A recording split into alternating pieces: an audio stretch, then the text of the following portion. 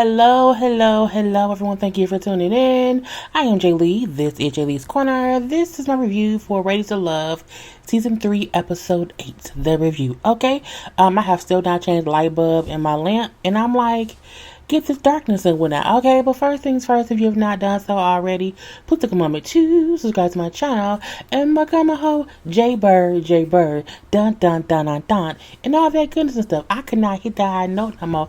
I have to be in my car driving to hit it because I have to get loud with it or whatnot. Okay. Anyway, you can also follow me on IG and Twitter at J_Lees_Corner. Do not forget to relax, to relate, to release, to center yourself and anyone around you, to always inhale and exhale. Whew. Okay? Because, honey, it's a lot going on and stuff. I don't have many pictures this time because I'm like, we know who everybody is and it's seen too much. I also feel like this episode was a little bit boring. Not like it was a filler episode or whatnot, but I'm like, a lot of the conversations to me was repetitiveness to alleviate being sent home. And I was bored with that. I'm going to let that be too. So we see this week it'll be one man and one woman going home, okay? So everybody got to try to, get on their best foot, you know what I'm saying? Get their best dress, best suit, best short set or whatever on and go out and hang out with who they want to be with, okay? And make a good impression. She home. So we see Calfani and Adriana sitting around talking about how they was kissing the other day. I'm gonna leave that it's a little bit later, whatever. But we see, like, as everyone is like at their tables eating, and because of COVID or whatever, it seems as if the tables they had was like 2 people per table out there and whatnot. And so we see Denise and Anthony at the other table. We see Calfani and Adriana at one table or whatever. But you can see Denise at her peripheral, looking over to see what's going on over there. And she don't like it. She don't like it not one bit. But I'm like, but you sitting over there talking to somebody who you can say is your number 2. My thing is, if Calfani is your number 1 and you don't want your number 2, let number 2 go and focus all the way on Calfani. But don't feel as if he is wrong for hanging out with somebody who is his number 2 and whatnot, okay? But she's like, you know what? If he can do that, 2 can play that game. So again, she hanging out with Anthony or whatever. And they were sitting around chit-chatting, jaw-jacking or whatever. Anthony likes her. Like, I think Denise is his number 1. And it's a damn shame that she don't get that he's really into her because she still hung up on Calfani. And even though she a little bit like Anthony, for no reason really, besides she wants a number 2, I don't think she realized she's shooting herself in the foot. She really gonna that big, but not. Okay, we then see Jay and Joy on a little wine tasting date. Little wine here, little wine there, little wine everywhere. And now they are a bit tipsy or whatever. She was explaining how to sniff the wine, how to swirl the wine, how to, figure out what the wine is and whatnot. Okay? And she explains what kind of wine he is. You are this and that. Girl, we ain't care. I didn't, at least. It was nice to how they explained one another.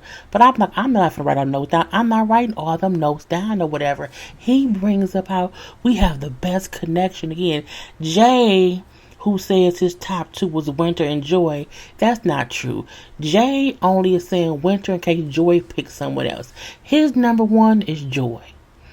Period. Okay, I feel that way because everybody treats Joy like a second person. She's everyone's number 2 in case Joy don't come through. Okay, anyway, but they were sitting around kissing and stuff, tipsy kissing. Oh, okay. We do see Rashida and Adriana going on a little date and saying, I feel like it was a cute little date. He brought some Polaroid cameras for them to take some pictures and whatnot. There was, chitting and chatting or whatever. But as I watched their date, Adriana acts the exact same way with Rashid that she does with Calfani. Not saying that's a bad thing, but I feel like when you have no difference in 2 people who you say are your top 2, it makes me feel like you don't really like either of them. You just playing the game to play the game. You know what I'm saying? At first I thought she liked Rashid. And then when she got her claws here into Calfani, and I'm like, okay, maybe she like him too. But watching her with both men is like she's making them both feel like, I like you so much. Oh my God. And it's like this innocent, we have this connection that to me feels a bit forced. And she's playing the role. So maybe she's an actress. I don't know. But somebody feels real suspecty to me and whatnot. I'm going to leave that be too. Now we see Edwin and Simone. One picture I do have. First of all, they both look great. Okay, don't they look amazing? Anyway, now I just wanted to give y'all a eye candy and whatnot. Okay, so they chitting and they chatting. You know, he brings up how growing up, it was just him, his mom, and his brother who happens to be handicapped. I did see on his IG, it was a video of him with his brother, and they were playing Miss Mary Mac. It was so cute. Because for me, it was like he was showing people how he kind of interacts with his brother in a way to show the joy of his brother who is disabled. It was really, I was like, oh, that's so cute. I saw it like last week. Anyway, but she was talking about that, okay? And when then Simone asked, well, you know, what about your father? And I like not to pry, but you know, what about him? And everyone brings up how the father was not around, even though the father lived, you know, in the same town and whatnot. And she said, oh, well, how did that make you feel? He said, well, you know, I didn't feel any kind of way in particular or whatever. Oh, that's not true. That's a lie. And I'm like, how you gonna tell that man how he felt about something going on in his life? And I feel like he then said, you know, well, for the most part, I didn't feel any kind of way because I was able to move past that hurdle in my life and keep it moving. Meaning, I don't think he meant I didn't care. I think he meant I'm not holding on to that past hurt. You know what I'm saying? I'm good right now. That's what he meant. But her telling him, like, I don't believe you. How could you not care? Like, you know what I'm saying? He lived in the same city as you and wasn't there. Like, how can that even be? Like, I can see if he, like, lived out of state. I'm looking like, first of all, why do you think that the fathers who are not in their kids' lives, you know, can't live in the same city or the state? I'm like, I know plenty of men who have kids that live the same kind of, they can be in the same apartment building and they ain't active. We know people in the same hood or community and the father is not in a life. A lot of fathers who are absentee fathers live in the exact same city instead of their kid.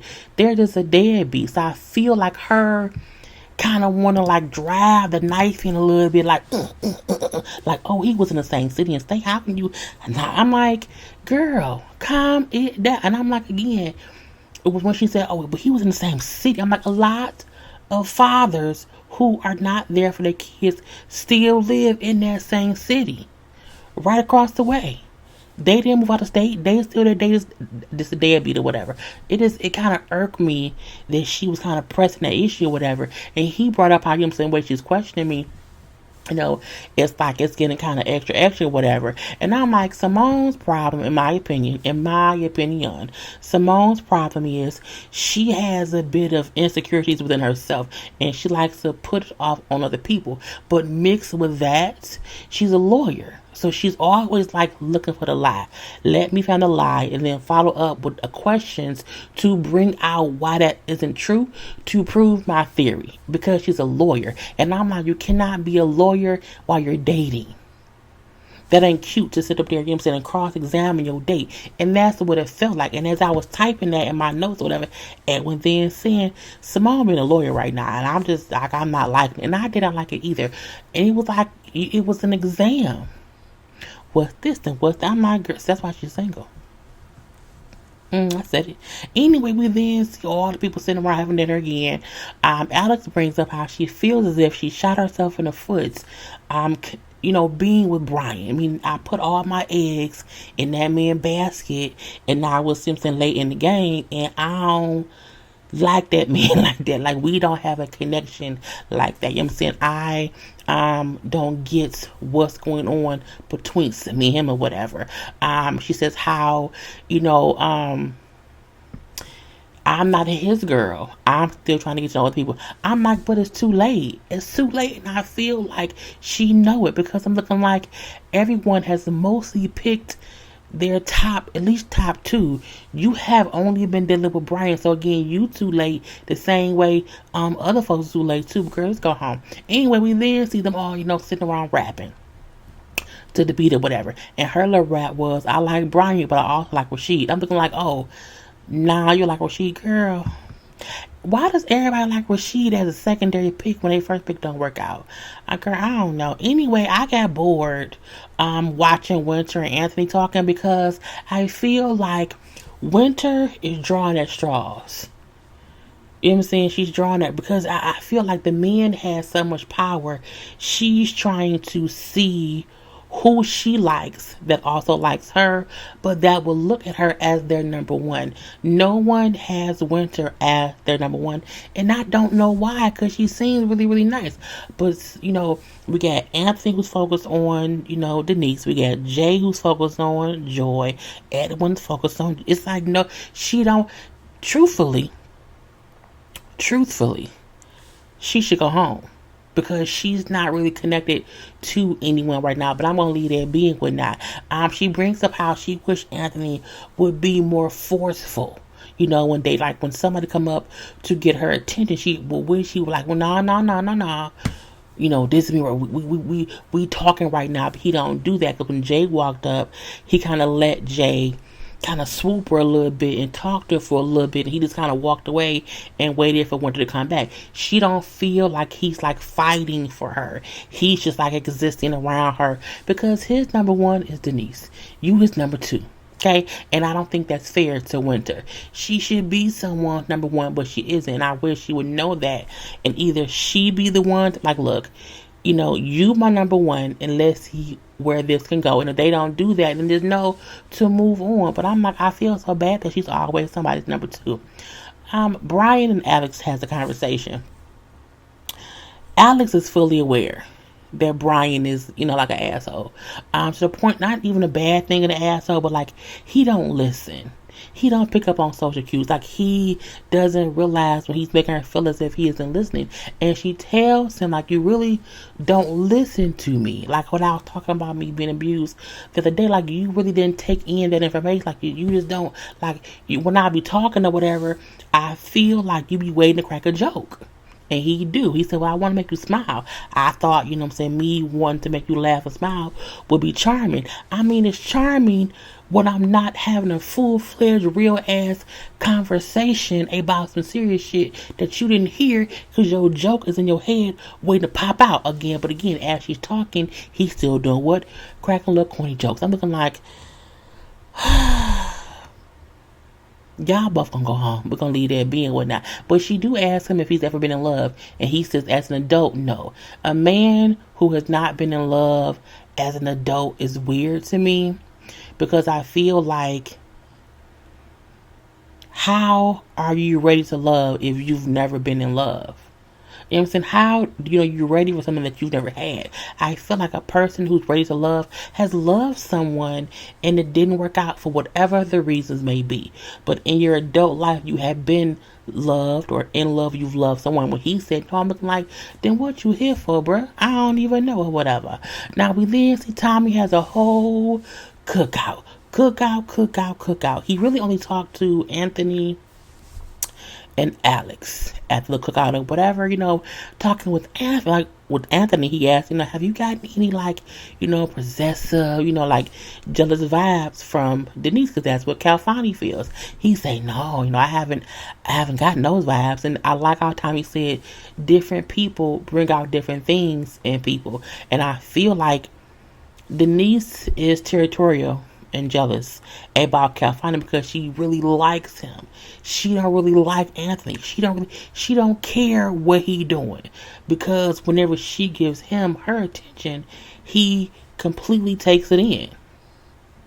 But when he out doing whatever else, she don't care.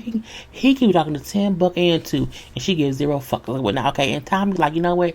All women want to be chosen. Okay, I'm saying, you don't want to allow someone else to do the choosing. Meaning you don't want to let her have so much freedom that somebody else come up and swoop her up or whatever. Now he then goes over and talks to Winter, and I'm like, okay, finally he's gonna like be like forceful and, aggressive with it or whatnot because he doesn't want somebody else choosing him. Okay, I mean, girl choosing him, but choosing her. And he like, oh, hey, I'm saying, you're a great person, whatever, like, you great or whatever.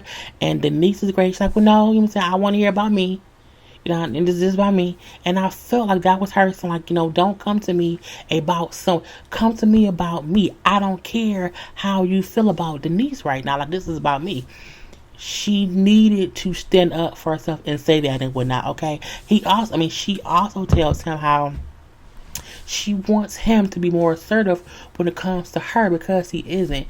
And it's like, when somebody is like, if we talking or whatever, or if I'm talking to someone else, come up and like, say, hey, let's go talk. Like, come get me. He then said, well, I don't, want to be the person that does that and like interrupts conversations and whatnot. And she said, but I want you to do that though. And he was like, oh, like she wants me to want her. I'm looking like, what are you here for? I'm like, how do you... Men are dumb sometimes, but certain women sometimes. It was just, I'm looking like, dumb did he. And when Tommy was talking to Alex, she just bringing up how her and Brian are at odds right now.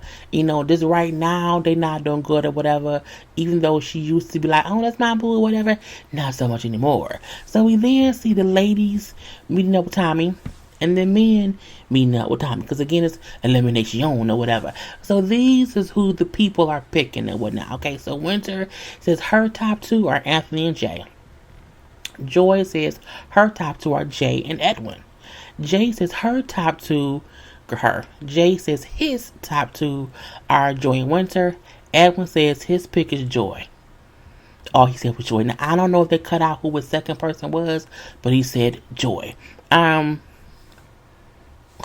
He's a chip. Adriana says hers are, of course, Calfani and Rashid. Denise say, Calfani and Anthony, whatever. Now, Calfani says Denise and Adriana. He said, but if I had to choose right now, I would choose Adriana. And I'm like, I wonder how Denise gonna feel watching this back thinking he wouldn't even try to pick you right now. And it's because of her attitude, her jealousy, okay, her territorial bullshit going on. Now Rashid also says his top is Adriana. Simone says Rashid. And then Brian says Alex, but he admits like we're not getting along too well. Like it's tough in the streets between me and her right now. So he then asks them, well, who are y'all not compatible with? Like who would you not want to be with? Alex says Edwin. Simone then says, yeah, I would say Edwin too because he has some issues he needs to work on before he's ready. And I said, what the fuck did she just say? I was like, are you basing it on him and the conversation at the pool with him saying how he doesn't feel as if like he didn't have an issue with his father? Not, girl, I feel like Simone and her insecurities and this bullshit of her putting her things off on Edwin, it made me mad. It made me feel as if she always has this way of taking one extra step too far to make it seem like she's better than what she is emotionally. Okay, I feel like Edwin has issues he needs to deal with. He shouldn't be here. And I'm like, but that's you. That's you. From the moment she went to Joy and Jay and mentioned Winter, when Jay having a conversation, I knew from that moment she wasn't ready for love. So I feel like she's progressing. She is projecting some of her feelings and hang-ups onto Edwin or whatever. Denise says, Denise and both Adriana both say how they don't like Brian, okay, because he jokes too much. Alex says her issue is she's wondering if Brian can change or if he's even willing to change based on what they keep telling him, like, he needs to like fix about himself or whatnot. So that's her question, whatever. Winter then brings up how when she was on a date with Brian, that Brian kind of acted as if him and Alex weren't a big deal as a couple or whatnot, okay? Because at that point in time, they was kind of beefed out, and her think like, I can't believe, like, why we was, wow, I'm saying, even when we at odds, I never downplayed what we had, so him doing that pisses me off. And it was kind of like a Nyla and Chris, but not that bad, situations where Brian nicely made it seem as if him and got my eyes itching. Him and Alex was not a big issue, whereas Naya made it a whole big issue. But again, it was still bad. Other guys, Edwin, Calfani, and Brian all say Simone. And Rashid said Denise. I was like, girl. So we see it's then elimination time. And I'm like, dun dun dun. And we then see Alex comes up to the group. Because it's all the men and all the women together or whatever. And Alex comes up and tells the men who the ladies decided to send home. You know, we're going to send a man home because we feel like, you know what I'm saying, he did not act accordingly to the issues that we told him about, whatever. He did not improve or even listen to what we said. You know what I'm saying? And Brian, where he at? You're going home. Okay? And he was looking like, what? Me? For real? You know what I'm saying? And she then added to him, you know what I'm saying, I don't like how you downplayed our relationship. You know what I'm saying? We know that you are not ready to love. And he seemed shocked. But he also said in his confession that he felt like he did not know enough about Alex or even knew her well enough in general to know how to handle the situation with them. And I felt like, bruh, she was telling you what to do. The fact that he said that in his exit interview means you won't listen at all. Honey, not at all. Not at all. Okay, we then see Edwin comes up, you know what I'm saying, and says that the lady going home is going home because we feel like it's too late in the process for this person to be ready to love. Okay, and that person is Simone. Okay, dun dun dun, or whatever. He also added, you know, that her profession at times makes it harder to get to know her. At least that's what I think he said. I thought he said her profession. But again, Simone has this lawyer, I'm pretty and I'm gonna be kind of messy vibe. I think she's a cool chick, you know what I'm saying? Not saying she's a bad person, whatever. But again, the same way she brought up how Edwin had issues, I said I think she did too. And she then said that what they said about her was right, that she knew those, you know, that feedback was good or whatever, and had she not been there, she would have never listened to this constructive criticism about herself. Okay, and I said, like I said, she had self issues that she was projecting on other people because she said, I realized that what they said was right. You're at work on yourself and whatnot. Anyway, that was our episode. I'm done. Peace.